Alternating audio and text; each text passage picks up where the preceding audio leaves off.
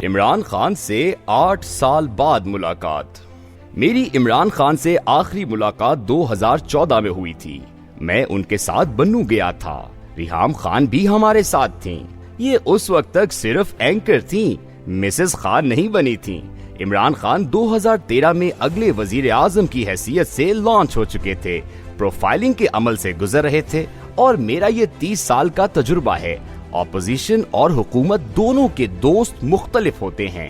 آپ جب اپوزیشن میں ہوتے ہیں اور سڑکیں آپ کا مقدر ہوتی ہیں تو آپ کو باغی، نیوٹرل، سیلف لیس، بے خوف مگر جذباتی اور بے وقوف لوگ درکار ہوتے ہیں۔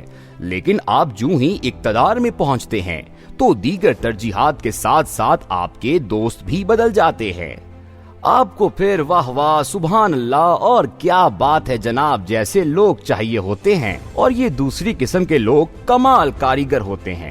یہ اقتدار کے کوریڈورز میں پہنچ کر سب سے پہلے وزیر اعظم اور وزراء کے گرد خندق کھودتے ہیں اور بے وقوف جذباتی لوگوں کو خندق کی دوسری طرف دھکیل دیتے ہیں، اور بے وقوف جذباتی دوسری طرف کھڑے ہو کر تھوڑی دیر حیرت سے محل کو دیکھتے ہیں، کہہ کہا لگاتے ہیں اور پھر اپنے اپنے گھر روانہ ہو جاتے ہیں، جبکہ کاریگر لوگ زومبیز کی طرح بچے دیتے رہتے ہیں، اور یوں چند دنوں میں پورے صدارتی محل پر کاریگروں کا قبضہ ہوتا ہے، اور یہ لوگ اس وقت تک وزیر اعظم، صدر یا آرمی چیف کے کان، ناک، آنکھیں اور محسوس اور چکھنے کے حص بنے رہتے ہیں جب تک اقتدار کا میلہ پوری طرح لٹ نہیں جاتا۔ 2014 میں بھی یہی ہوا۔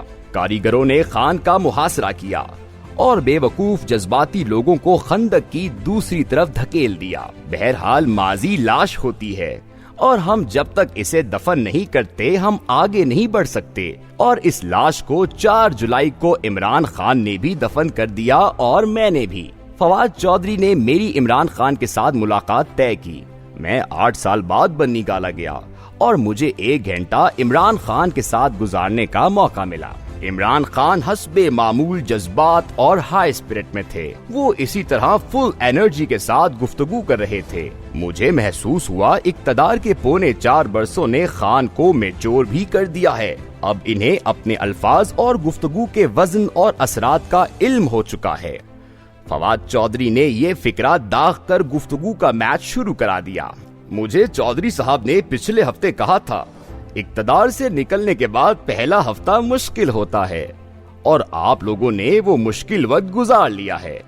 میں نے کہا لگا کر جواب دیا، جیل کے پہلے 24 گھنٹے اور اقتدار سے بے دخلی کے پہلے 7 دن مشکل ہوتے ہیں۔ عمران خان ہنسے اور کہا، جیل کے 24 گھنٹے نہیں، پورا ہفتہ مشکل ہوتا ہے۔ میرا 7واں دن زیادہ مشکل تھا۔ خان صاحب نے اس کے بعد اپنے اقتدار کے 4.25 سالوں کے راز کھولنا شروع کر دیے۔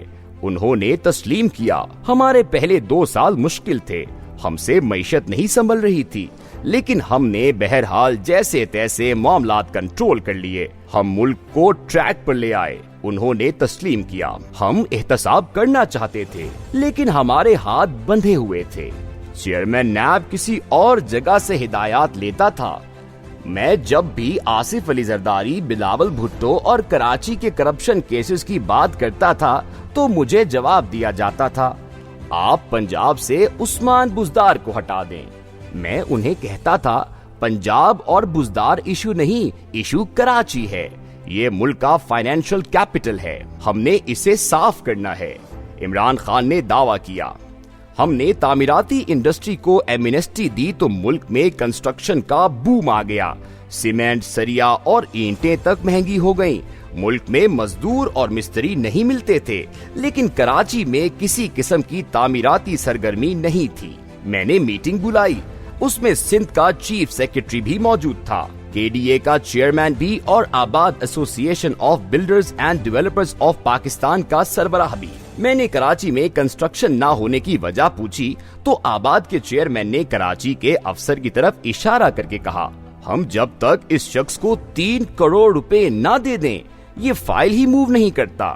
میں نے چیف سیکرٹری، وزیر اعلیٰ اور دوسرے اعلیٰ عہدیداروں سے پوچھا، کسی کے پاس جواب نہیں تھا۔ میں نے یہ ایشو نیوٹرلز کے سامنے بھی اٹھایا، لیکن مجھے جواب ملا، آپ بس بزدار کو ہٹا دیں۔ میں نے عمران خان سے پوچھا، آپ سے جب سب لوگ مطالبہ کر رہے تھے تو آپ نے عثمان بزدار کو کیوں نہیں ہٹایا؟ عمران خان کا جواب تھا، پنجاب میں 3 گروپس تھے، میں تینوں میں سے کس کو وزیر اعلیٰ بناتا؟ میں جس کو بھی وزیر اعلیٰ بنانا چاہتا تھا، دوسرا گروپ کہتا تھا آپ اسے نہ بنائیں، آپ بے شک عثمان بزدار کو رہنے دیں۔ میں جانتا تھا میں نے جس دن عثمان بزدار کو ہٹایا اس دن پنجاب میں وہی صورتحال ہوگی جو اس وقت ہے۔ میں نے ان سے پوچھا، آپ اسٹیبلشمنٹ کے پسندیدہ ترین سیاستدان تھے، آپ کے ان سے اختلافات کیسے ہو گئے؟ یہ ہنس کر بولے، میں آپ کو جواب دیتا ہوں، لیکن آپ سن 2000 کی بات سنیں۔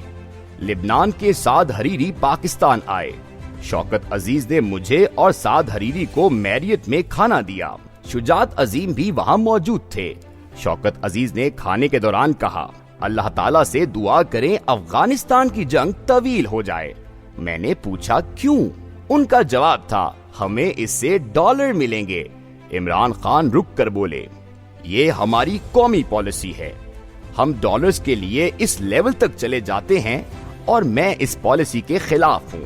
میں اب آپ کے سوال کی طرف آتا ہوں۔ میرا پہلا اختلاف افغانستان سے امریکی فوج کے انخلا کے دوران ہوا۔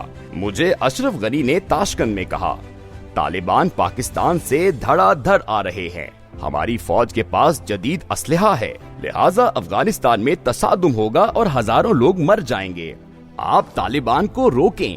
عمران خان کا کہنا تھا، امریکہ کو بھی افغانستان میں طالبان کی آمد پر تشویش تھی، ہمارے اداروں کا خیال تھا امریکہ کے جانے کے بعد افغانستان میں کم از کم 1 سال لڑائی ہوگی۔ اللہ کا کرم ہوا، افغان فورسز نے طالبان کے سامنے سرنڈر کر دیا اور طالبان امن کے ساتھ اقتدار میں آ گئے، ورنہ وہاں جنگ چھڑ جاتی اور پاکستان پر اقتصادی پابندیاں لگ جاتی۔ جنرل فیض حمید کے بارے میں غلط اطلاعات دوسرا ایشو بنی۔ میرے دماغ کے کسی بھی کونے میں یہ بات موجود نہیں تھی، میں جنرل فیض حمید کو اگلا آرمی چیف بناؤں گا، لیکن ہمارے دوستوں اور غیروں دونوں نے اسے پہلے افواہ بنایا اور پھر خبر، اور اس خبر نے غلط فہمی کی دیوار کھڑی کر دی۔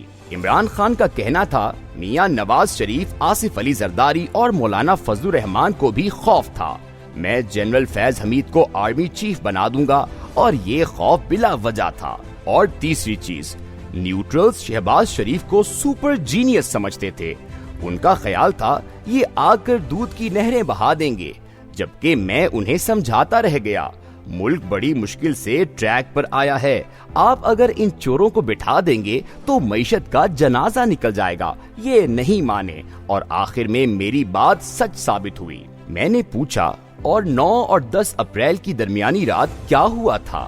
یہ ہنس کر بولے، ٹیلی فون آئے تھے، میں نے کابینہ سے سائفر کو ڈی کلاسیفائڈ کرنے کا آرڈر لیا، اینکر سے ملا اور وزیر اعظم ہاؤس کے اندر آ گیا تو میرے ساتھیوں کے چہروں پر ہوائیاں اڑ رہی تھیں، ہمارے اسپیکر اسد کیسر کی کانپیں ٹانگ رہی تھیں، ان کے منہ سے لفظ نہیں نکل رہے تھے۔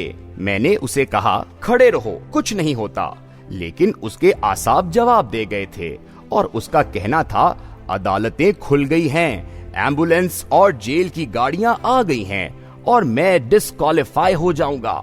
یوں ہمارا اسپیکر ایک کال پر ڈھیر ہو گیا اور عدم اعتماد کامیاب ہو گئی، ورنہ ہم نے اسمبلی کی کارروائی 4 دن تک گھسیٹنے کا فیصلہ کیا تھا۔ میں نے ان سے پوچھا، آپ اب کیا دیکھ رہے ہیں؟ یہ ہنس کر بولے، ہم نے اگر الیکشن نہ کرائے تو ملک ڈیفالٹ کر جائے گا۔ میں نے پوچھا، آپ کی نظر میں کوئی وے فارورڈ، کوئی راستہ؟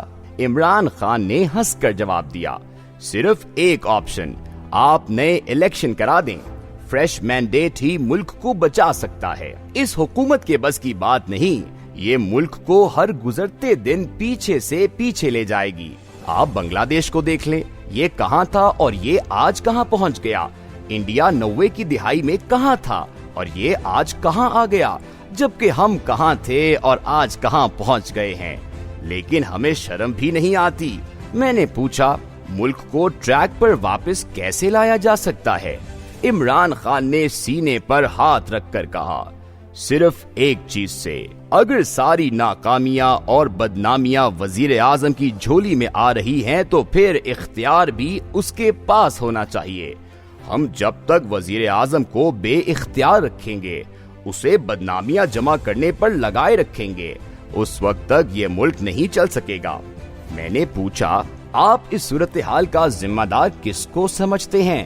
عمران خان نے پورے جوش سے جواب دیا، صرف ایک شخص کو، اور ہماری میٹنگ ختم ہو گئی۔